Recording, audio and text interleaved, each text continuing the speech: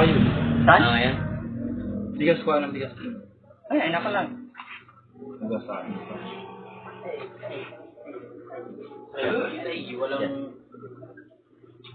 May hagdan na biskit. Patubit. Ang unahin ka naman natin na yung San Juan. Ayos lang yung San Juan. Apa mo sila? San Juan.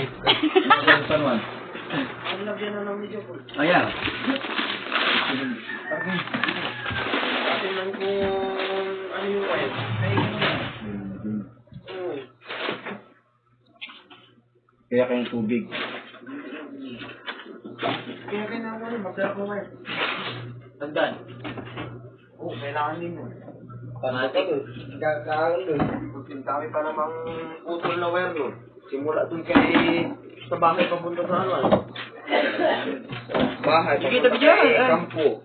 Eh, ano kaya yung ano ay, para hindi na magdagdag na solar, yung doon sa inyo, dugtungan mo pa pa rin sa kampo, tapos pabalik na lang yung internet. 30,000 din ang gastos sa isang solar ay. Kasi ang mangyari yan ay. Isa na lang yung... Akad din natin, magkakad tayo ulit ng bago papunta sa kampo. Yun yung bago na yun ay.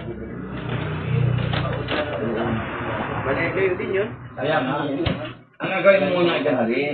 Ngayon, apaandarin mo lang muna. Huwag na muna yung pagkadkad.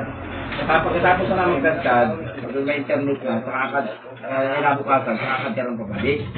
Gawa ng 30,000 ng isang set, solar pala ang yun. Bukod pa ibang gamit. Ay kung alagyan din doon sa inyo ng isa pang solar, ay 60,000 ang agastusin. Saan tayo makuha ng ganyan?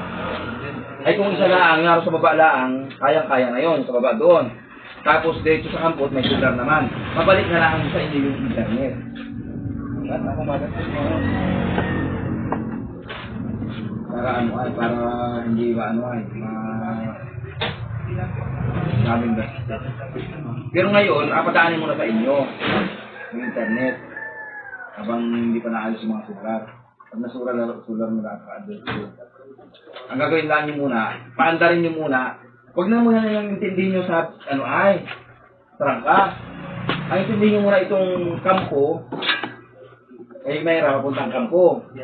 Tapos yung papunta doon sa kabila para lang magano ng internet. Tapos yung sa huli yung sa inyo. Inabukaso na lang yung sa trangka. Para magka-internet yung mga tao doon.